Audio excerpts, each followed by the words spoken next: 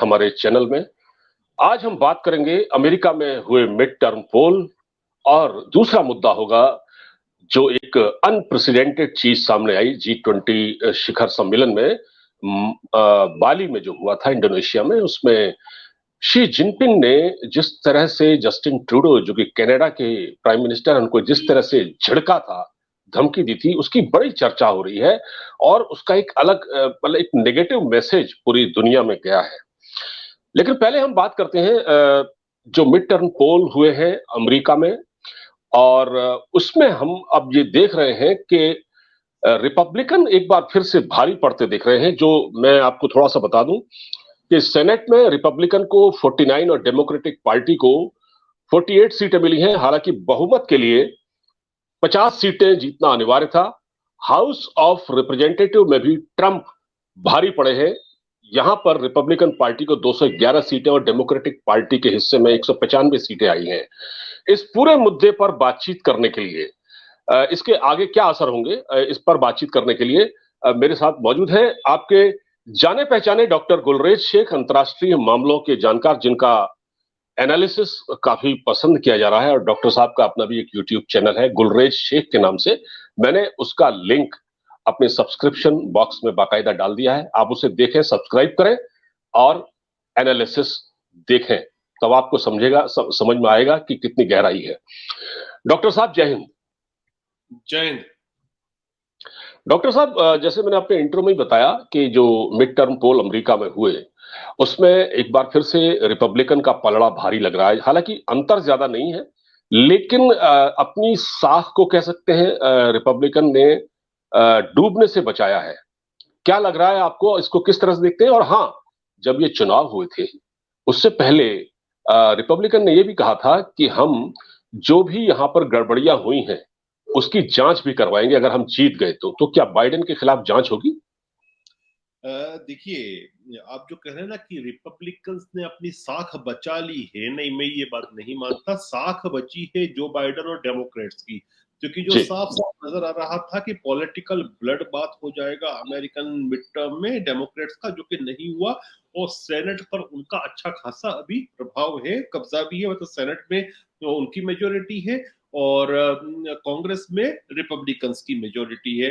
तो जो लग रहा था कि दोनों हाउसेस में रिपब्लिकन्स आ जाएंगे और जो बाइडेन डमी बन जाएंगे, डमी प्रेसिडेंट रहेंगे अगले 2 साल, वैसी स्थिति निर्मित नहीं हुई है। लेकिन हाँ, अब चूंकि कांग्रेस में इनकी रिपब्लिकन्स की मेजोरिटी आ गई हो, इन्होंने घोषणा कर दी है आज कि अब वो जांच करेंगे जो बाइडेन के खिलाफ। हो जो बाइडेन के खिलाफ जांच वही जिसके विषय में पहले मैंने बताया था आपको कि जो हंटर बाइडेन का लैपटॉप पकड़ाया था मतलब मिला था, उन्होंने सुधारने डाला था और जिसका जहां डाला था उसने पूरा डेटा बैकअप ले लिया था। और फिर वो न्यूयॉर्क पोस्ट में एक पोर्टल है, उसमें वो पूरा स्कैंडल सामने आया था और उसमें बताया जाता है कि उनकी प्राइवेट लाइफ छोड़ दीजिए उस चीज को, लेकिन उसके जो भी उनका हिसाब किताब था, विशेषकर जब तब का जब जो बाइडेन साहब बराक ओबामा की प्रेसिडेंसी में vice president of United states थे, तो हर डील जो हंटर बाइडेन करता था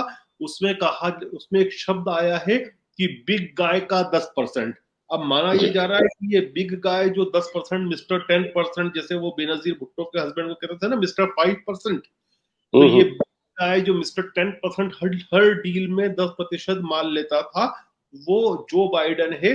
देखिए, अभी हम नहीं कह सकते जब तक कि जांच नहीं हो, लेकिन माना तो यही जा रहा है। और उस समय ये हुआ था भाई साहब कि जो भी न्यूज पोर्टल्स या फिर न्यूज की वेबसाइट इस चीज को प्रकाशित करते थे, सोशल मीडिया विशेषकर ट्विटर और फेसबुक ने उसको दबा दिया था।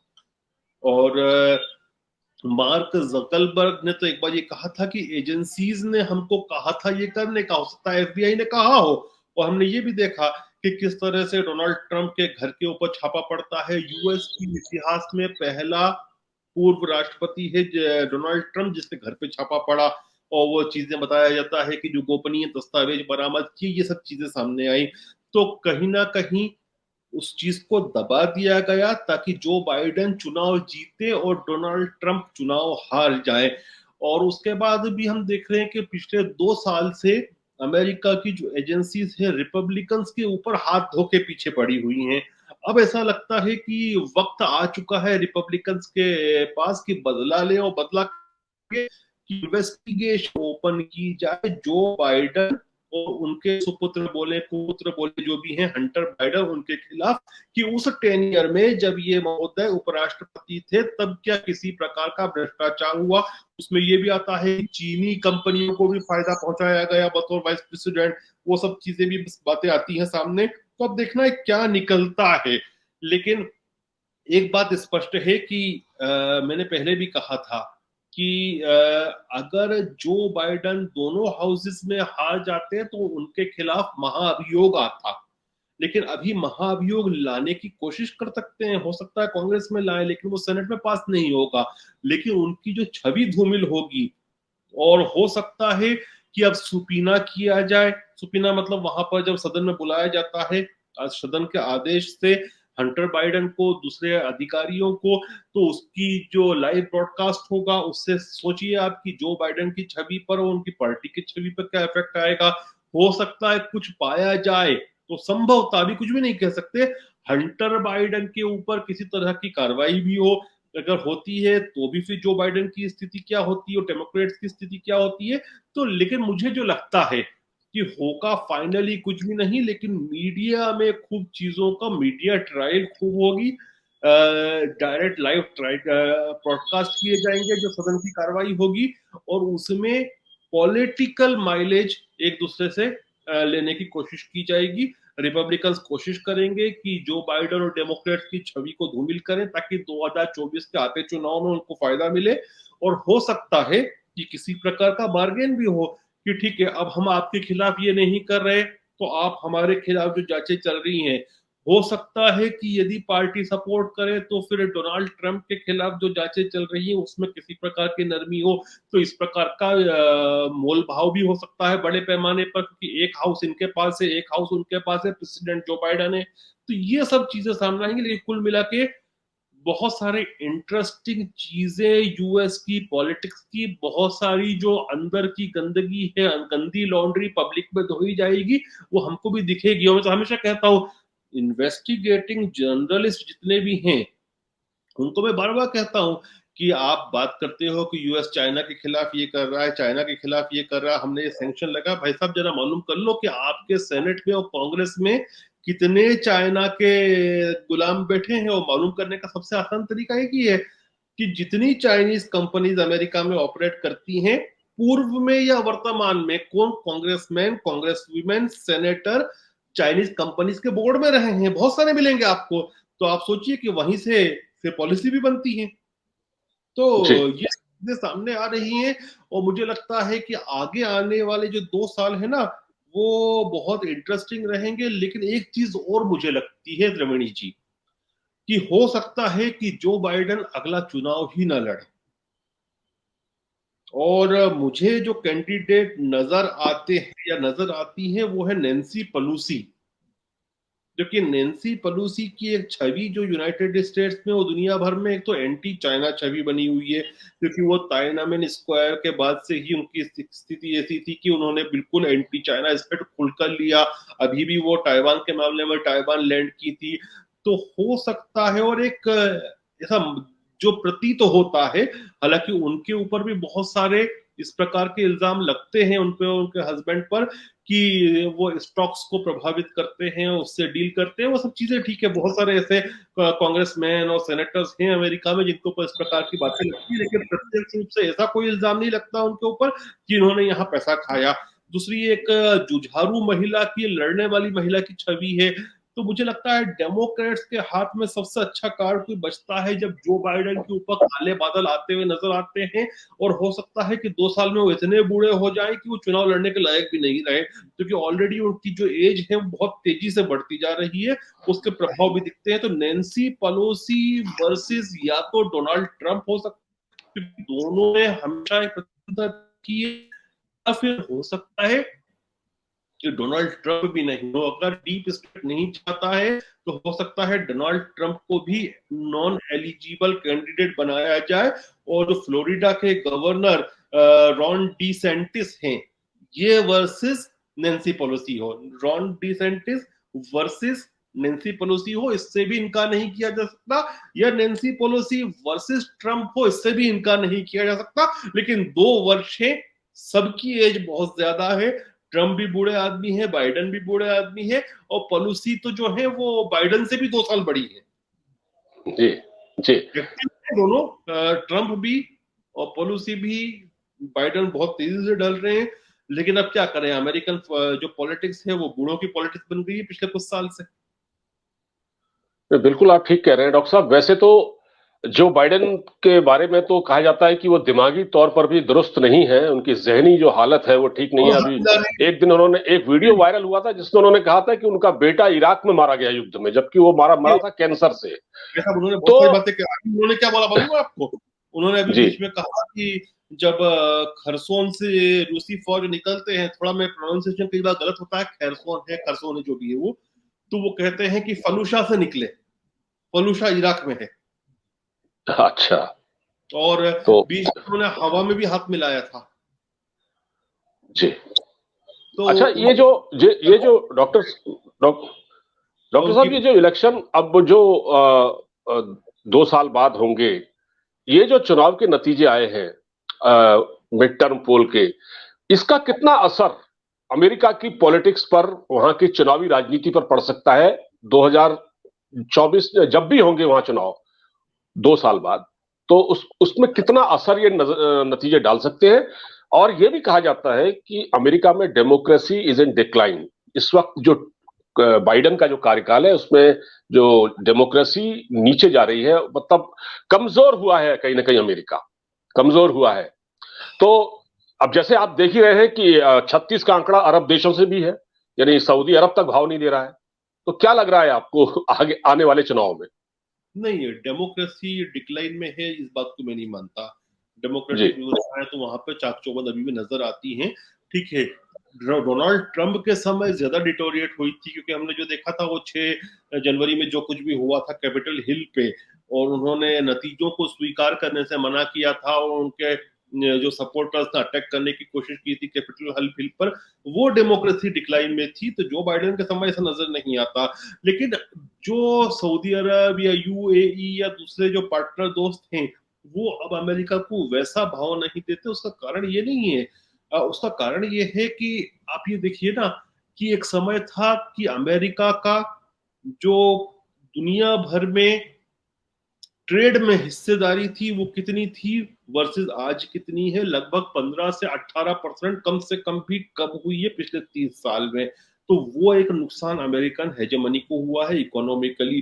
दूसरा, आप मिलिट्रीली देखें तो अब वैसी स्थिति नहीं रही है जो 91 के बाद, सोवियत पतन के बाद जो हुई थी। यूनिपोलर वर्ल्ड था, अब ये मल्टीपोलर वर्ल्ड बन चुका है। कई सारे पिलर्स इस मल्टीपोलर वर्ल्ड में उभर गए।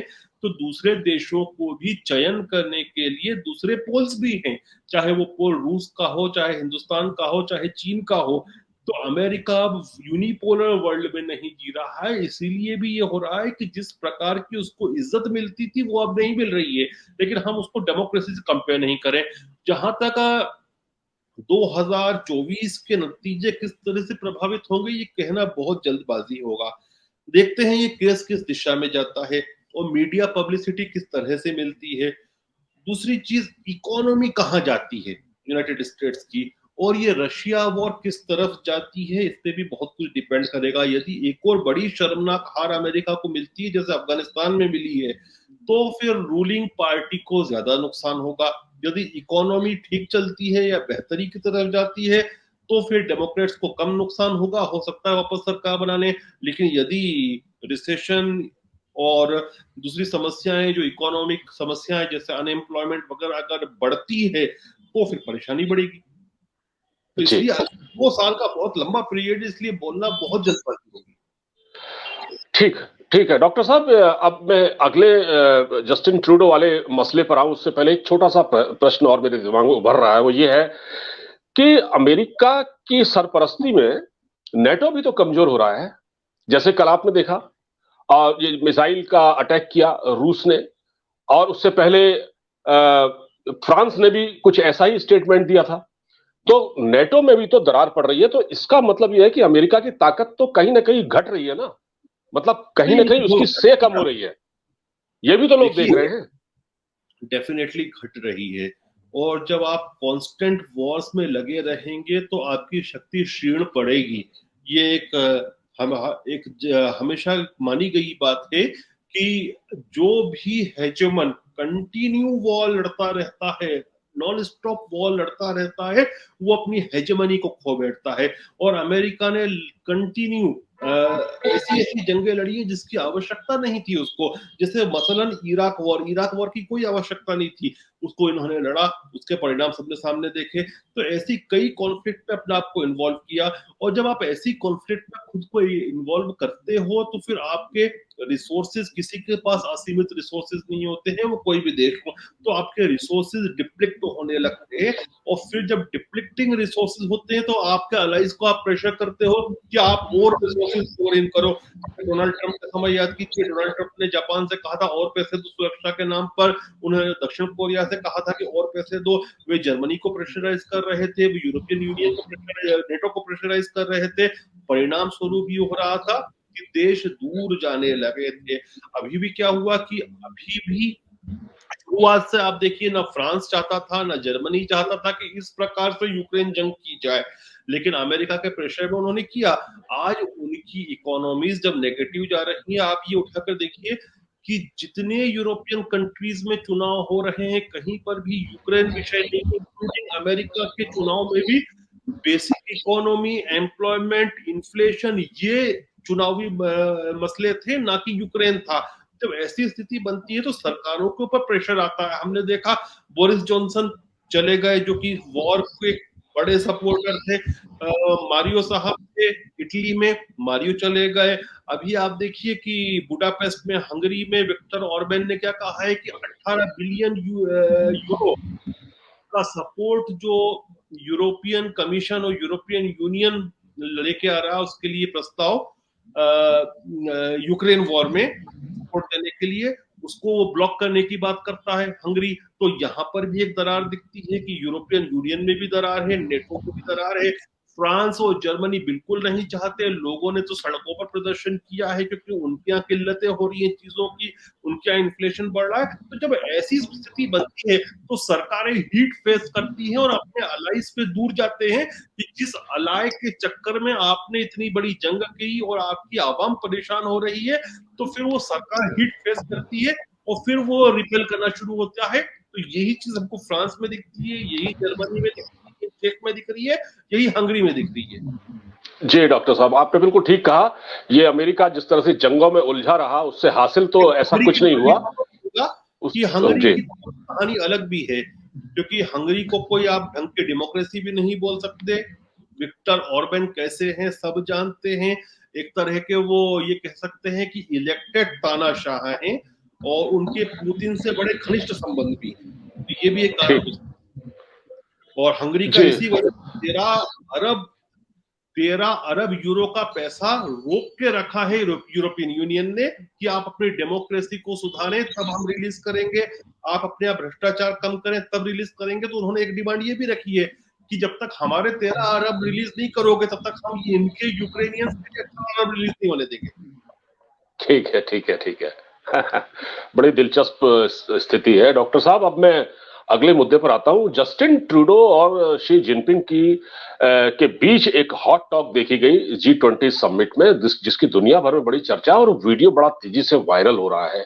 मतलब एक डिक्टेटर और एक डेमोक्रेटिक प्राइम मिनिस्टर, जो कि एक डेमोक्रेसी है जहां पर कनाडा में एक अच्छी आर्थिक स्थिति भी है उसकी, एक स्टैंड है उसका, और वो नेटो का एलाई है, सब कुछ है, अमेरिका के बहुत नजदीक है। इसके बावजूद जिनपिंग ने जिस तरह से उसको छिड़का है, तो ये क्या एक डिक्टेटर एक लोकतांत्रिक देश के प्रधानमंत्री को धमका रहा है? इसको आप कैसे देखते हैं? देखिए, आप डिक्टेटर क्यों बोल रहे हैं, आप बोलिए ना एम्परर शी। अभी तो एम्परर शी होगा एक तरह से तीसरी बार बनने के बाद। तो एम्परर शी जो थे वो कनाडा के राष्ट्रपति को धमका रहे थे, कनाडा के प्राइम मिनिस्टर को, जस्टिन ट्रूडो को। देखिए, वो चाइना है और चाइना अपने से कमजोर देशों के साथ कोई ऐसा बर्ताव नहीं करता। जिसको अपने से कमजोर समझता है वो कनाडा को अपने आप से कमजोर समझता है। उस प्रकार का बिहेवियर सामने आया जो कि नहीं आना था। और मैं एक बड़ा क्रिटिक हूँ शी जिनपिंग का, और शी जिनपिंग का नहीं, कम्युनिस्ट पार्टी ऑफ चाइना का, सीसीपी का। लेकिन एक बात मैं कहूंगा, यहाँ पर मैं शी का सपोर्ट भी नहीं कर रहा इस पे, लेकिन यदि दो नेताओं के बीच में कोई बात हुई है तो क्या उसको लीक करना चाहिए था? और जब जस्टिन ट्रूडो साहब कनाडा के जो थे कि हमारे यहाँ लोकतंत्र है इसलिए हम स्वतंत्र वाणी की स्वतंत्रता और एक्सप्रेशन और ये सब बातें कर रहे थे, तो लोग बहुत जल्दी भूल जाते हैं पांडे जी। आज से कुछ महीनों पहले ट्रांसपोर्टर्स की स्ट्राइक हुई थी पैन कनाडा में, पूरे कनाडा में, और इतनी हुई थी कि उन्होंने कनाडा की कैपिटल को घेर लिया था। तब इन्होंने क्या था कि इन्होंने प्रेस की फ्रीडम को रोक दिया था, उसकी बात ही नहीं ब्रॉडकास्ट को। कनाडा की सरकार ने उसको ब्रॉडकास्ट पर भी एक तरह से पाबंदी लगा दी थी और नेशनल सिक्योरिटी लॉ लगा दिया था। तो तब freedom of expression, freedom of press वहां कहाँ जाती है? तो ये बात क्या है कि अपने पर कुछ और दूसरों पर कुछ और, ये पश्चिम का एक तरह से स्टैंड रहा है। मैं इसका खिलाफ हूँ, मैं शी जिनपिंग का खिलाफ हूँ हमेशा, लेकिन मैं अभी जस्टिस का भी सपोर्ट नहीं करूंगा कि यदि पर्सनल लेवल पर आपने बात की है तो आप ठीक क्यों कर रहे हैं? जी आप ही बताइए ना पांडे जी। मैं अभी हम लाइव चल रहे हैं तो जो बात कर रहे हैं हम, ये सबके सामने साझा हो रही है। लाइव होने के पहले, लाइव होने के बाद तो मैं आपसे बात कर रहा हूँ, त्रिवेणी प्रताप पांडे और मेरे बीच में। जी तो पांडे जी सबको बोलते हैं, फिर अच्छी बात नहीं है ना? नहीं नहीं, इसका एक दूसरा पहलू डॉक्टर साहब ये है कि चीन चाहता है कि कोई सीक्रेट बात हमारे बीच में, इनके बीच में अगर ये है तो इसको सार्वजनिक न किया जाए। उसूल के तौर पर, सैद्धांतिक तौर पर तो ये ठीक है, लेकिन चीन कुछ तो छिपा रहा है, कुछ तो ऐसा गलत कर रहा है। उनके वहां जो उसने पुलिस स्टेशन खोल रखे हैं, जो वहां जासूसी वो करवा रहा है, जो चोरी करवा रहा है टेक्नोलॉजी की, है ना? और जिस तरह से वहां, जी आप, वो पुलिस स्टेशन बेसिकली टेक्नोलॉजी की चोरी के लिए नहीं, उनकी उसके लिए तो उनके पास बहुत सारे दूसरे तकनीक अपनाते हैं वो। ये पुलिस स्टेशन जो लोग चीन के विरोधी, जो चीनी लोग हैं, जो चीनी कम्युनिस्ट पार्टी के विरोधी हैं, उनको ब्लैकमेल करना, उनको उनके परिवार वालों से बात कराना, उनको एक तरह से साइकोलॉजिकली परेशान करना कि यदि आप वापस अपनी मर्जी से चीन नहीं गए तो फिर आपके परिवार के साथ ये हो जाएगा, वो हो जाएगा। इस प्रकार से धमकाना, चमकाना और अपने उल्लू को सीधा करना। कई बार तो ये बात भी आई है कि इन लोगों ने लोगों को किडनैप भी किया है। तो चीन बिल्कुल गलत कर रहा है, लेकिन मैं ये बोल रहा हूँ कि वेस्ट के ये सिद्धांत तब चले जाते हैं जब कनाडा के अंदर स्ट्राइक होती है और आप जो उसके न्यूज आउटलेट्स को कवरेज तक नहीं करने देते। एकदम सही कह रहे हैं, इस बात से मैं सहमत हूं। आप ये बताइए, जब खालिस्तानी वहां पर खुलेआम रेफरेंडम करवाते हैं तब कहां जाते हैं ये सिद्धांत? तब एंटी टेरर स्टैंड कहां जाता है? आप ये बताइए कि एंटी टेरर के नाम पे सब बात करते हैं, लेकिन जो खालिस्तानी वहां रेफरेंडम करवाते हैं हिंदुस्तान से अलग होने के लिए, उनको अलाउ करते हैं। बिल्कुल, तो ये जो दोगलापना है ना, इसलिए मैं सपोर्ट नहीं कर रहा हूं उस चीज।